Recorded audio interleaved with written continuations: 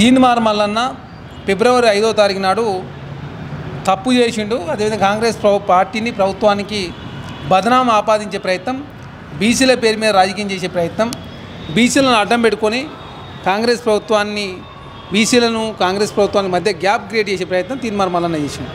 12వ తేదీ వరకు వారికి అవకాశం ఇస్తే కూడా వారు రిప్లై ఇవ్వలేదు.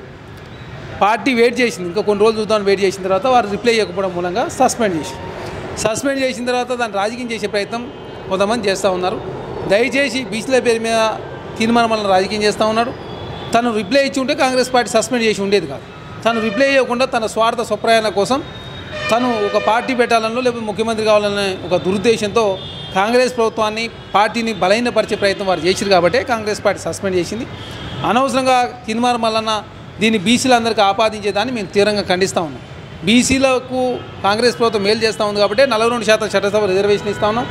కులగన్న దేశంలో 1931 తర్వాత చేయలేదు, ఇప్పుడు కాంగ్రెస్ ప్రభుత్వం కులగన్న చేసింది. లోకల్ బాడీలో కూడా 42% రిజర్వేషన్ ఇస్తూ ఉంది. కాబట్టి కాంగ్రెస్ ప్రభుత్వం కాంగ్రెస్ పార్టీ అధ్యక్షుని కూడా బీసీ నియమించుకుంది.